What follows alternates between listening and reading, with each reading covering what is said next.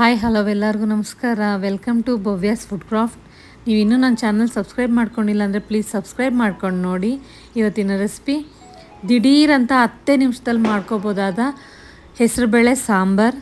ತುಂಬ ಸುಲಭ, ತುಂಬ ರುಚಿಯಾಗೂ ಇರುತ್ತೆ, ಬೇಗ ಮಾಡ್ಕೋಬೋದು. ಬನ್ನಿ ಮಾಡುವ ವಿಧಾನ ನೋಡೋಣ.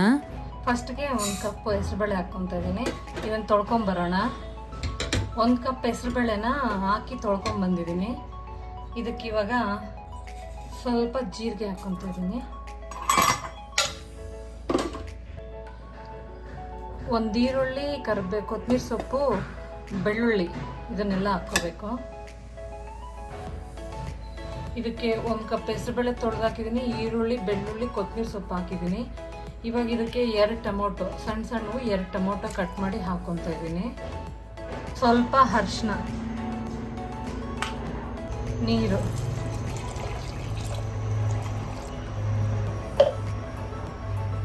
ಉಪ್ಪು, ಸ್ವಲ್ಪ ಉಪ್ಪು ಹಾಕ್ಕೋಬೇಕು. ಯಾವಾಗನ್ನ ಟೈಮ್ ಇಲ್ಲ ಅಂದಾಗ, ದಿಢೀರಂತ ಬೇಕಂದಾಗ ಕೇವಲ 10 ನಿಮಿಷದಲ್ಲಿ ಆಗುತ್ತೆ ಈ ಹೆಸರುಬೇಳೆ ಸಾರು. ಬನ್ನಿ ಮಾಡುವ ವಿಧಾನ ನೋಡಿಸ್ತೀನಿ. ಸ್ಟವ್ ಹಚ್ಚಿ ಕುಕ್ಕರ್ ಲಿಡ್ ಕ್ಲೋಸ್ ಮಾಡಿ 1 ವಿಸಿಲ್ ಸಾಕು. 1 ವಿಸಿಲ್ ಹಾಕ್ಕೊಂಡ್ರೆ ಸಾಕು. ಸ್ವಲ್ಪ ಹುಣಸೆ ನೀರಲ್ಲಿ ನೆನೆಸ್ಕೊಂಡು ಅದನ್ನು ಚೆನ್ನಾಗಿ ಕಿವುಚ್ಕೊಳ್ಳೋಣ. ಹುಣಸೆಹಣ್ಣು ರಸ ಸ್ವಲ್ಪ ನೋಡಿ, ಕಿವುಚ್ಕೊಂಡು ಹುಣಸೆಹಣ್ಣು ಇದೆಲ್ಲ ಒಟ್ಟೆಲ್ಲ ಎತ್ಬಿಡೋಣ. ಕಿವುಚ್ಕೊಂಡು ಇದಕ್ಕೆ 1 ಸ್ಪೂನ್ ಸಾಂಬಾರು ಪುಡಿ ಹಾಕ್ಕೊತಾ ಇದ್ದೀನಿ. ಸುಮ್ಮನೆ ಸ್ವಲ್ಪ ಒಂದು ಅರ್ಧ ಸ್ಪೂನ್ ಧನಿಯಾ ಪುಡಿ ಹಾಕ್ಕೋಬೇಕು. ಇದನ್ನು ಮಿಕ್ಸ್ ಮಾಡ್ಕೊಳ್ಳೋಣ. ಸಾಂಬಾರು ಪುಡಿ ಜೊತೆ ಸ್ವಲ್ಪ ಧನಿಯಾ ಪುಡಿ ಮಿಕ್ಸ್ ಮಾಡಿ ಸಾಂಬಾರು ಮಾಡಿದ್ರೆ ಚೆನ್ನಾಗಿರುತ್ತೆ. ನಾನು ಎಲ್ಲದಕ್ಕೂ ಹಾಕಲ್ಲ, ಈ ಹೆಸರುಬೇಳೆ ಸಾರಿಗೆ ಮಾತ್ರ ಸ್ವಲ್ಪ ಧನಿಯಾ ಪುಡಿ ಹಾಕ್ತೀನಿ ಸಾಂಬಾರು ಪುಡಿ ಜೊತೆ. ತುಂಬ ಚೆನ್ನಾಗಿರುತ್ತೆ ಟೇಸ್ಟು. ಕುಕ್ಕರ್ ಪ್ರೆಷರ್ ಹೋಗಿದೆ. ಇವಾಗ ಓಪನ್ ಮಾಡೋಣ.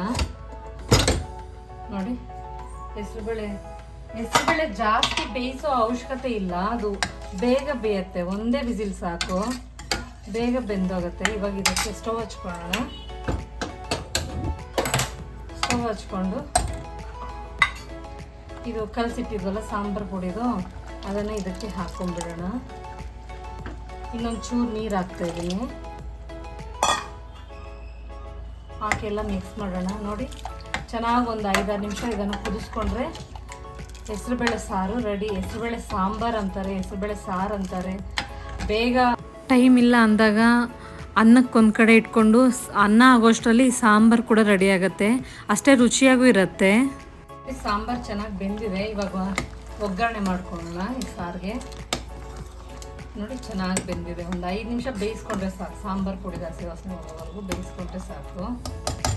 ಇವಾಗ ಒಂದು ಒಗ್ಗರಣೆ ಮಾಡ್ಬಿಡೋಣ. ಇದಕ್ಕೆ ಸ್ಟವ್ ಮೇಲೆ ಒಂದು ಪಾತ್ರೆ ಇಟ್ಟಿದ್ದೀನಿ. ಪಾತ್ರೆ ಬಿಸಿಯಾಗಿದ್ದೆ, ಎಣ್ಣೆ ಹಾಕ್ಕೊಳ್ಳೋಣ. ನೋಡಿ, ಎಣ್ಣೆ ಹಾಕ್ಕೊತಾ ಇದ್ದೀನಿ. ಎಣ್ಣೆ ಕಾದಿದೆ. ಸ್ವಲ್ಪ ಸಾಸಿವೆ ಹಾಕ್ಕೊತಾ ಇದ್ದೀನಿ.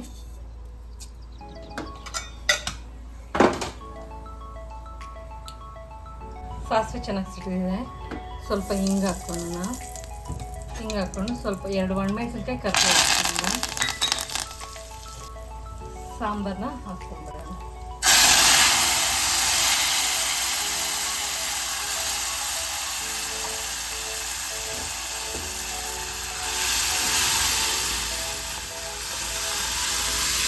ಸ್ವಲ್ಪ ನೀರು ಹಾಕಿ ಕುಕ್ಕರಲ್ಲಿ ತೊಳೆದು ಅದಕ್ಕೆ ಹಾಕ್ಕೊತಾ ಇದ್ದೀನಿ. ನೋಡಿ, ಬಿಸಿ ಬಿಸಿ ಹೆಸರುಬೇಳೆ ಸಾಂಬಾರು ರೆಡಿ ಆಗಿದೆ.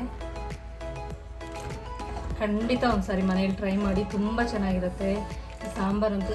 ನನಗೆ ಎಸ್ಪೆಷಲಿ ಬಿಸಿ ಅನ್ನ, ತುಪ್ಪ, ಈ ಸಾರು ಹಾಕ್ಕೊಂಡು ತಿನ್ನೋಕ್ಕೆ ತುಂಬ ಇಷ್ಟ ನನಗೆ.